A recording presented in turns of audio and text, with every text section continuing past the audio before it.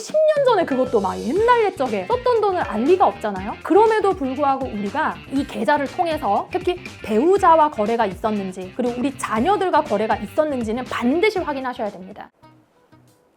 자, 절세 해법을 찾아드리는 김하나 세무사입니다. 부모님이 돌아가시면 준비해야 되는 서류가 굉장히 많습니다. 사망신고도 해야 되고 안심상속 서비스를 통해서 우리 부모님의 재산 조회도 해야 되고 그리고 또 진짜 중요하게 준비해야 되는 게 뭐냐면 부모님이 이용하셨던 금융기관을 다 돌아다니면서 부모님의 계좌 10년치를 모두 다 확보하셔야 됩니다. 부모님이 돌아가시는 시점을 사망일을 상속 개시 라고 이렇게 이야기를 합니다. 사망일을 기준으로 돌아가시기 이전 10년 이내의 계좌를 검토하는 이유가 뭘까? 검토하는 사람은요, 상속이 개시되고 상속세를 신고하기 전에 세무사와 함께 검토를 하셔야 되고요. 상속세 신고 이후에는 반드시 상속세 세무조사가 일어나게 되는데 이 상속세 세무조사가 일어나면 세무서, 이거 이제 과세관청이에요. 우리한테 세금을 매기는 과세관청. 과세관청이 10년 이내 계좌를 들여다보기 때문입니다. 10년 이내 계좌를 왜 들여다볼까? 상속 재산에 포함되는 것은요, 우리 아버지의 자산과 부채는 차감한 순재산이지만 여기에 10년 이내에 상속인들에게 사전 증여한 것도 포함하게 되어 있습니다. 계좌에는 모든 흔적이 남아있거든요. 돈의 흐름은요, 거짓말을 하지 않아요. 어디 갔는지 다 드러납니다. 사실 이 부모님의 계좌를 들여다보면 부모님이 어디에다가 무슨 돈을 썼는지 하나하나 빼곡하게 다 알기는 어려워요. 내 계좌도 여러분 작년 거 열어보면 내가 어디다 썼는지 알지 못하는데 우리 부모님이 10년 전에 그것도 막 옛날 옛적에 썼던 돈을 알 리가 없잖아요. 그럼에도 불구하고 우리가 이 계좌를 통해서 특히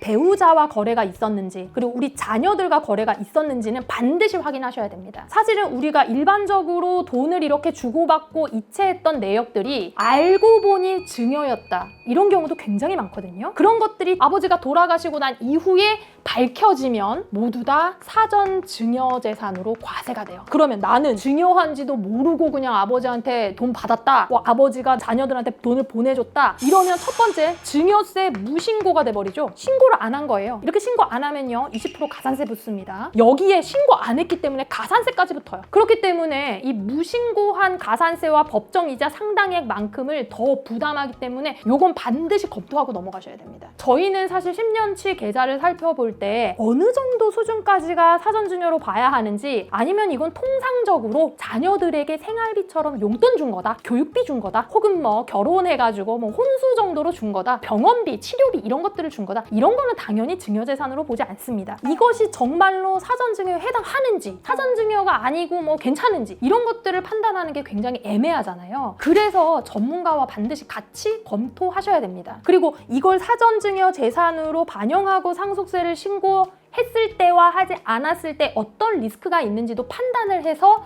상속세 신고를 해야 되기 때문에 이게 어려운 거예요. 그래서 우리가 10년 이내 계좌를 파악하는 거다. 자, 그럼 과세관청은 어떻게 보냐? 과세관청도요 10년 이내 계좌에서 우리가 보는 거하고 똑같이 봐요. 저희가 보는 거하고. 그래서 저는 항상 이 계좌를 들여다볼 때 내가 공무원이구나, 공무원의 눈으로 이렇게 보려고 사실은 노력을 많이 해요. 그래야지 우리가 공무원이 보는 그 논리에 반박할 수 있는 어떤 다른 입증 자료라던가 스토리를 미리 대비할 수가 있거든요. 상속세 신고를 한 다음에 조사가 나오기까지는 6개월 혹은 1년 이상이 더 걸릴 수도 있습니다. 그 사이에 우리는 아버지 계좌에서 최대한 입증할 수 있는 근거나 스토리들을 탄탄하게 만들어 두어야 하는 거죠. 그래서 10년 동안의 계좌를 전문가와 같이 검토하는 것이 중요하다. 최근에 여러분 AI 세무조사가 생겨가지고 막 전 국민 계좌를 막 검토할 거다, 막 이런 괴담이 돌았거든요. 사실은 AI 세무조사가 생겼다고 갑자기 우리 전 국민의 계좌를 들여다볼 그런 법적 근거는 없습니다. 이건 정말 괴담으로 끝났고 국세청에서도 사실이 아니다 하고 보도자료까지 나왔거든요. 근데 제 생각에 AI 세무조사가 실제로 적용된다면 진짜 위험한 건 이 상속세 세무조사예요. 지금은 과세관청이 납세자한테 자료를 요청받지 않더라도 납세자보다도 더 많은 정보들을 훨씬 더 자세하게 정보 요청을 해서 공유합니다. 돌아가신 아버지의 계좌는 당연히 정보 요청해가지고 다 볼 수 있고요. 필요한 경우에는 상속인들의 계좌까지도 모두 다 열어볼 수도 있어요. 포인트는 뭐냐면 상속인들이 부동산을 취득하거나 혹은 전세 자금이 필요하거나 이런 식으로 목돈이 필요한 타이밍을 맞춰가지고 집중적으로 검토를 하거든요. 그럴 때 부모님이 좀 자금 지원 같은 거 해줄 수가 있잖아요. 그런 식으로 이렇게 맞춰서 검토하는 패턴을 학습해서 AI 세무조사를 통해서 더 밝혀낼 가능성이 높아질 것 같아요. 그리고 사람이 이걸 막 하나하나 막 보려고 그러면 힘들잖아요. 근데 빠르게 데이터를 통해서 컴퓨터가 검증한다? 그러면 더 빨리 파생자료 발생하고 더 빨리 소명자료 발생하고 더 빨리 조사가 진행될 수 있겠죠. 사실은 이런 데서 더 AI 세무조사가 무서울 수 있는 겁니다. 그리고 계좌를 검토하다 보면 이런 경우도 있어요. 우리가 이제 부모하고 자녀 간의 거래를 할 때는 항상 차용증을 써라 이런 얘기는 진짜 많이 들어보셨잖아요. 왜냐하면 그냥 돈을 빌려주게 되면은 이걸 그냥 사전 증여처럼 증여세가 부과될 수 있을까봐 자녀가 부모한테 돈을 빌릴 때는 차용증을 써놓고서 뭐 이자를 준다거나 원금을 조금씩 상환한다거나 이런 경우가 있거든요. 역시 아버지 계좌를 열어보면은 다 드러납니다. 아버지가 돈을 빌려준다는 명목으로 자녀 계좌로 이체를 하면 이건 증여인지 아니면 빌려준 돈인지에 따라서도 세금 문제가 전혀 달라집니다. 예를 들어서 이걸 전체를 다 사전증여로 본다? 그러면 상속재산에 당연히 가산되는 거죠. 10년이 지나지 않았다면. 그런데 이거를 아버지께서 자녀한테 1억 원을 이체를 왜 하셨나요? 그러면 이렇게 얘기하세요. 그거 아버지한테 빌린 거예요. 차용증도 썼어요. 이자도 줬어요. 이렇게 말씀하시거든요. 사실은 그렇다고 해서 이게 상속재산에 가산되지 않는 것은 아니에요. 왜 그러냐면 돌아가신 아버지 입장에서는 자녀에게 빌려준 돈은 언젠가 돌려받아야 될 자산인 거예요. 자녀에게 빌려준 돈은 언젠가 돌려받아야 될 자산이기 때문에 사실상 자녀가 아버지에게 상환하지 않고 남아있는 잔액은 역시 상속재산이 될 수 있습니다. 이런 부분도 사실 굉장히 억울해 하시기도 하는데 그래도 그게 조금 더 나을 수 있어요. 왜냐면 증여세 과세는 안 되니까요. 상속재산에 가산만 되고. 그리고 두 번째 포인트는 뭐냐면 추정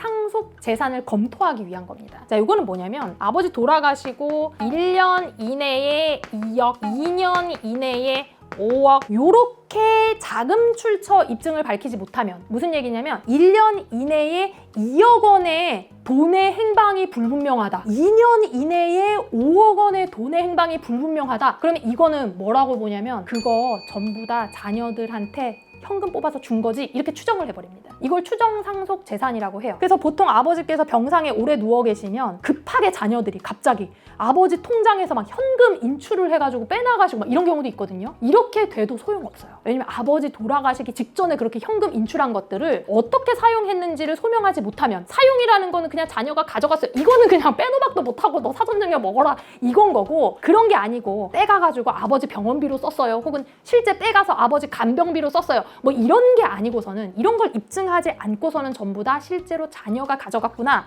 너네 상속 받았구나 하고 추정 상속세 재산으로 봐서 과세한다는 의미입니다. 그래서 그렇게 무작정 현금을 빼는 걸 추천하진 않아요. 오히려 그걸 빼가지 않고 가만히 뒀잖아요. 그러면 금융재산 상속공제로 상속공제 세금을 더 절약할 수 있었어요. 그렇게 이제 무리한 일은 하지 마시고요. 돈을 빌렸는데 빌린 돈을 어디다 썼는지 모르겠다. 통장에 있는 돈을 현금으로 인출했는데 어디서 썼는지 모르겠다. 그리고 또 아버지가 가지고 있던 재산을 처분했는데 처분해서 받은 그 돈을 어디다 썼는지 모르겠다. 이런 것들도 모두 다 입증의 대상이 됩니다. 물론 과세관청도 똑같이 판단을 하고 세무조사 시에 모든 걸 다 검토합니다. 자, 이렇게 통장 계좌를 열어보면은 상속인들이 다 이렇게 얘기하십니다. 아니 이거 아버지가 한 건데 제가 어떻게 알아요? 아니 이거 아버지가 아시는 분인데 저는 이분 누군지도 몰라요. 당연히 그래요. 그렇기 때문에 사실은 상속세 세무조사를 통해서 정확한지를 다시 한번 검증하는 거거든요. 진짜 제가 어려운 일은 뭐냐면 우리가 최선을 다해서 그래도 계좌와 여러 재산을 검토해서 상속세 신고를 했는데 진짜 알지 못하는 게 갑자기 튀어나올 때 이럴 때 진짜 좀 당황스럽거든요. 그런데 어쩔 수 없는 이런 일들도 우리 부모님이 살아생전에 미리 방지하실 수 있어요. 우리 자녀에게 좀 이런 부분들을 미리미리 알려주시고